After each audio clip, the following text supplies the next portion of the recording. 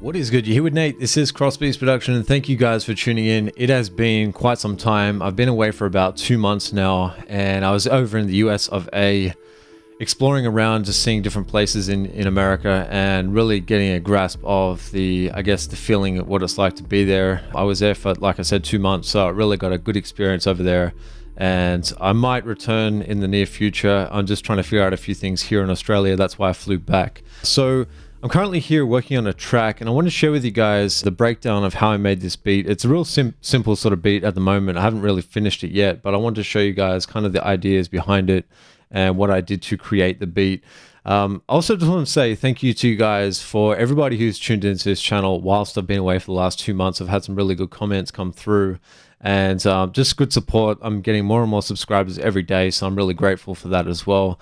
I'm really trying to grow this channel to be something bigger than it currently is, so all of you guys supporting it, I'm so grateful for your support, and all the, the love and feedback you guys give me, negative or positive, either way is good. Let's get into this particular track that I've produced. I actually made this today specifically for this video, so I could show you guys what I can do from scratch kind of thing. So I'm using Maschine inside of Studio One. If you're not familiar with Studio One, this is Studio One. This is the background for it. Obviously, it's like a DAW. And I've had a few people ask me, have I stopped making beats in Studio One? No, I haven't. I just like to be creative in all aspects. So I've used FL Studio recently as well. So I created an actual full song in FL Studio, and I've got that going to be released very shortly as well. But here we are in Studio One, and let's go through what it sounds like, and I'll show you how I created it, the ideas, concepts, and all that. So let's go straight into the beat.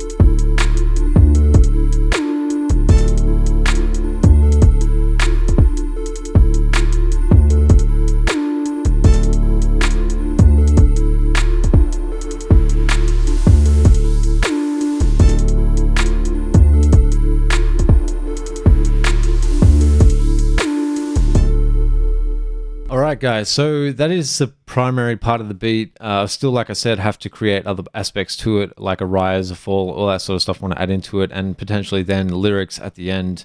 But this is kind of just the basics, the basic bones of this beat. So let me show you kind of what I did to start it off and give you guys hopefully some inspiration or ideas on how you can create your own sort of stuff and work from there. So what I did to start with, if you can see here, it's labeled, I don't know how small that is on your screen, but it says Contact 5 up here. Contact 6 exists, which is part of Native Instruments, their whole VST plugins that they've got there, but they've got like a whole Contact library and all that sort of stuff. Anyway, so I've got a piano that I was using inside of that. Then I converted it to this instrument here. So first off, to show you what I did, the piano that I had was in Contact. Actually, I might just show you what Contact looks like if you haven't seen it before. So it's very similar to this. So you can get Contact 6 now, which is a little bit different, but hey, I'm still using 5. Who needs to upgrade for that? So obviously you've got all your sounds here on the side. This is Contact as it appears as the VST plugin. And I used a standard stock piano. I think it was the New York style piano, just the grand. And I had that set up. So I was just playing the piano using the MIDI inside of this section here inside of Studio One. So I pretty much set up the piano. I had the piano roll set up like this. So these are the basic notes that I'm using. This is like a trap style kind of beat, I guess you could call it. And I had the basic notes. So I literally played it by ear. I didn't go in there and kind of, mess around, whatever. I just played it in by ear. So you press the command key on an Apple computer. If you're using Windows, don't ask me, I don't know. Anyway, but so it's command on the Apple. So I hit that, it gets me the pen, which is selected here. That's my primary key, and then I've got a secondary key here. So that's how that works there. So command, and then you type it in, it gives you the note, and it's at the full velocity or whatever velocity you set it at. for your key input. Then I pretty much dragged that down to here, and then here, and here, and here. So this obviously doesn't sound as good as it would in a piano, because the piano obviously plays the notes out in a more orderly fashion, and it sounds easier to grasp. So I've got that. And I just obviously working the notes from there. So it's kind of like, I was just trying to figure out what sounded good for me. I wanted an arpeggiated type of sound, and that's kind of what I came up with from there. So I'll just remove that. Don't really need that now.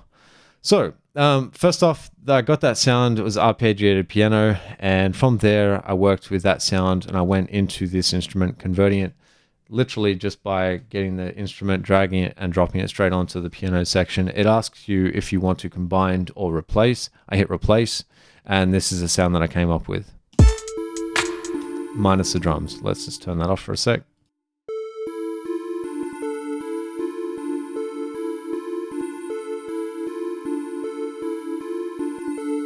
So that's the basic arpeggiated sound that I got at the start. So then I added in the drum section, because I usually try to start with rhythm first and then drums, or rhythm being drums and then replace it with instrument. It just depends on the mood, to be honest. There's no right or wrong answer to creating tracks. It's whatever you feel at the time. I like to hear something. So for example, this arpeggiated sound, I want to hear that first before I create the drums over it. It just makes it, in my mind, easier to break down the sections where the snare, the hi-hats and kick and all that sort of stuff should fall in. And that's what I found worked on this beat. So I got that in, I put the drums in here in the section, and I pretty much got a kit, and I created it from scratch, my own kind of sounds outside of the native instrument stuff. So some of it, the kick is from outside, the hi-hats and claps and all that sort of stuff. I think that's like supposed to be I don't know, like a brass instrument or something. So all of this stuff kind of just from everywhere, but mainly from native instruments, they're sampled bass stuff. So obviously you got the brass thing here, the kind of clap combo / snare, kick, and then the hi-hat. So very simple sort of stuff. I first got this kind of brass thing because I thought I needed something at the start to create that kind of element to it. So I'll just play that on its own.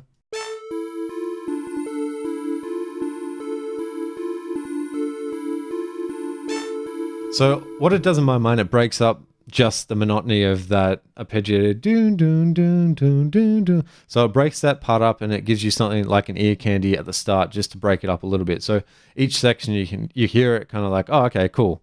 And then once you kind of just adapt to it, but then you add other elements into the track itself. So then I got the I think it was, I did the snare sort of thing first after that.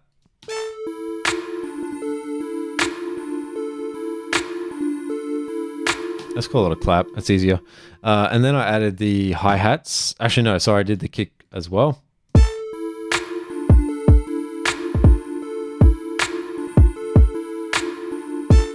Now, I guess some people, especially for novice or beginners creating beats, some people would be like, well, how do you come up with the positioning of the clap? What makes sense to you?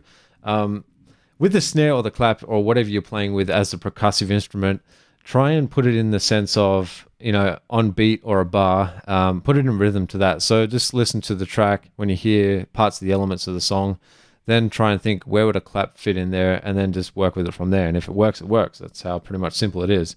Then you get the hi-hats. That's pretty much just keeping the rhythm of the track. So it's just giving a bit of ear candy as well and creating elements to the track. So let's play that.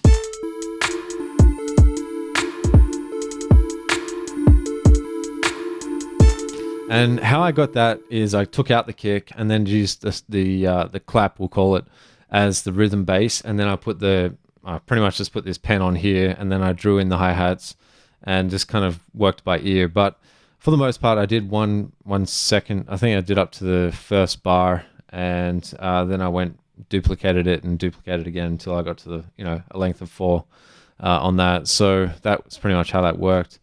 And then once I had that, I was like, well, I need some sort of a bass instrument, like a sub sort of bass. So I'll just move to this section here, and I'll show you what that sounds like. This is the sub section. So secret weapon, I'll give it away because I guess it's already out there anyway, but this is Sublab. I've done a video on this before to show you guys what bass I would use, and I use this bass quite a lot now. it's just a really handy bass to just get in there and create sub harmonics, sub sort of 808s, all that sort of stuff really quickly. Not everyone has access to this. It's quite cheap though. It's like $49 from memory. I don't know if it's actually still that price now, but it was that price, an introductory price.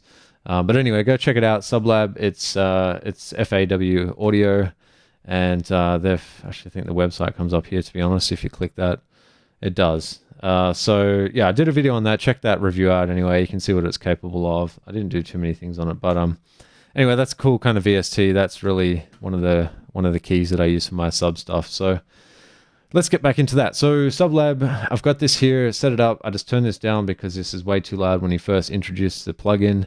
And then I just pretty much played in the key. So all I did here, I literally just put it in the key of, I think it was D. From memory, that's what the key of this song is. I can't remember for sure, but anyway, I played it on just one note the whole way through, and then I adjusted it to equal what I wanted once I got to that part of the beat. So let me just show you kind of what I'm talking about. So I would just get the pen again, and I'd just put in one here, and I'd be like, oh, okay, that sounds all right. Then I put one here. I'm just basically getting the rhythm of the sub first. I don't really care about what notes it's hitting on. I just want to hear the rhythm. If it's in key, that's obviously important, but I want to hear the rhythm going with the kick and the bass. The kick and the bass going together, and the rest of the elements all sort of fitting in. So I kind of just did it based on one of two things. One was the arpeggiated elements of the track. So this is kind of, you got one here, one here, one here, sort of every sort of beat or bar. And I'm trying to do the same kind of thing with the sub, but just in a different way. So let's play that element of the track and see what that sounds like.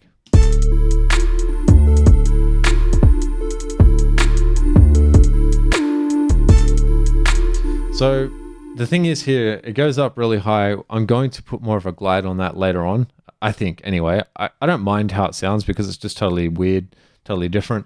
But what happens is this goes up really high in level on D3, and then it comes down here to a low D octave. That's at 0, I believe. Yeah, so 0. And then I've got like a kick that fits in this spot here, which you can't see on this grid because I haven't put it out yet. But the kick kind of fits in here. So it creates this up and then down and then lower octave kind of thing. So you guys can hear it. You know what it sounded like. So that's kind of the vibe I was going for with this track. I just wanted something real basic that you could rap on, and just something basic that really attacks your ear drums and blows them out. So then I've got another section here, which is like a bass kind of instrument. It's not actually a bass, it's a Rhodes, but I'm using it like a bass, and I'm using that just for the low octave on the D. So that's a D1. So let me just play that part to you. So all that does, it fills in a space where I want some more harmonics on that track. I'll just play it here and I'll show you what I'm talking about. See, it's quite a high note. It's above the bass line, but it's low enough to make it feel like it's kind of like a bass line of its own. So when it hits for this first part of the verse, it really does create elements that I want in the track, just kind of filling out the parts where there might not be a vocal or whatever, I'm just trying to create some sort of ear candy for people to attach their ears to, and then it sort of builds up from there. So that's kind of where you start to use reverse cymbals, hi-hats, or other sort of elements to the track that can kind of create ear candy. But I'm just throwing little bits and pieces here and there to add stuff. This part here has like a rise, which I also put at the intro as well. This is like a rise from the left to the right. It mainly starts on the right here and then fades off, then goes to the left and kind of finishes off. So my cat's just at the door, just banging there. They're one of the reasons why I'm back here in Australia, FYI, or for your information. I don't know. She's just at the door. So anyway, so that's pretty much how I went about creating the track. And then as you heard, this is primarily the basis of the track. So.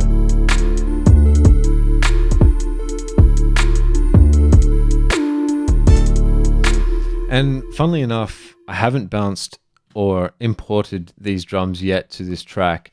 So what you're hearing is the kick, the snare, all of that stuff that's unprocessed. It's straight out of Maschine into this project. But I could use this later on. I'll export it and then maybe sidechain some stuff to reflect, maybe some, dip out some of the bass using sidechain compression as that method. I don't necessarily have to because it sounds quite good.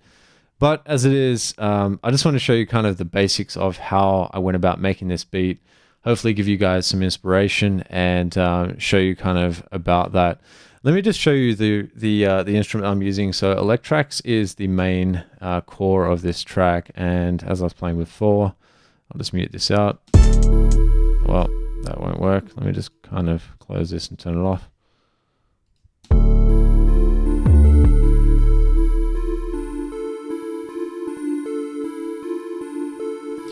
So this is a pretty handy VST if you just want to get some really good sounds quite quickly. It's I think it's reasonably expensive. I can't remember for an exact cost of what I paid for it, but it does go on special every once in a while, very rarely though. But it is a good VST because it has 4 synth oscillators inside of it. So you've got 1, 2, 3, and 4. And you can do all sorts of stuff with this. It gets a little bit fiddly if you don't know what you're looking at. And to be honest, I haven't used this in depth yet to create my own sounds too much.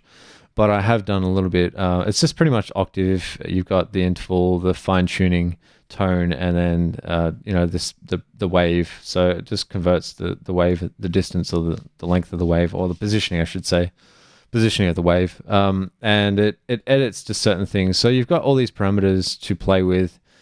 It's somewhat of a technical VST if you haven't used a synth before. If you don't know what this is just like crazy to look at. But if you kind of get a grasp, it has the ADSR, so you've got attack, decay, sustain, and release.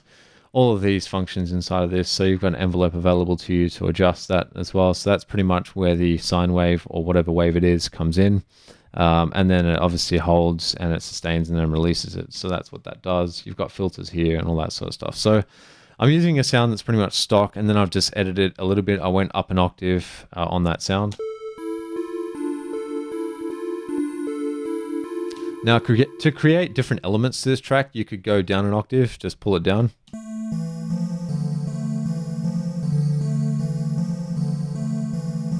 And that creates more of a spooky kind of vibe to the track. I might actually do that later on or somewhere throughout this track. I'm just trying to figure out what I want to do with the track right now, but I had it higher in the octave range so that it wasn't interfering with other parts of the track whilst I was creating it, and it kind of gave me that feeling of more energy anyway. So just little tips here and there. Hopefully this can kind of help you on your way in production and creating your own beats. If you like this sort of stuff, let me know, because I'll try and create more of these type of videos. I used to do this a lot, called Behind the Beat, and I'd create a beat and then show you guys how I did it. This is kind of that vibe that I was going for, and I haven't done any sort of stuff like this for a long time. But I'm going to show you guys some stuff from the trip. From the trip in USA, I went to New York, I went down to Virginia, South Carolina, North Carolina, all kinds of places. I went to Phoenix, Arizona, I went to California, everywhere. I traveled all down the East Coast pretty much. And it was a really great time. I had so much of a blast just meeting people, hanging out with people, hanging out with family, and all that good stuff. But anyway, I love you guys as per usual. Hopefully you guys enjoyed this content, and remember to subscribe to the channel, hit that like button, hit the notification bell so you get updates for my videos that come out, and I shall see you guys on the next one. Peace out.